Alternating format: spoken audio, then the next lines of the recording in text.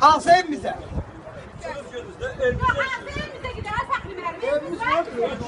Evimizi tarafı var. Buradakiler onlara taraflı. Ramiz'den kabul ele. Buradakiler onlara taraflı. Şaşırın.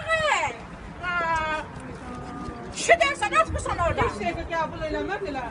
Allah bela versin. Allah bela versin. Hiç de demirəm. Allah bela versin. Evimizin üstündə ev qururlar. Hərəsi bir 4-5 dənə. Harda görülüb bunlar? Türmədə ola bunlar qərar qəbul edirlər. Türmədə ola bunlar.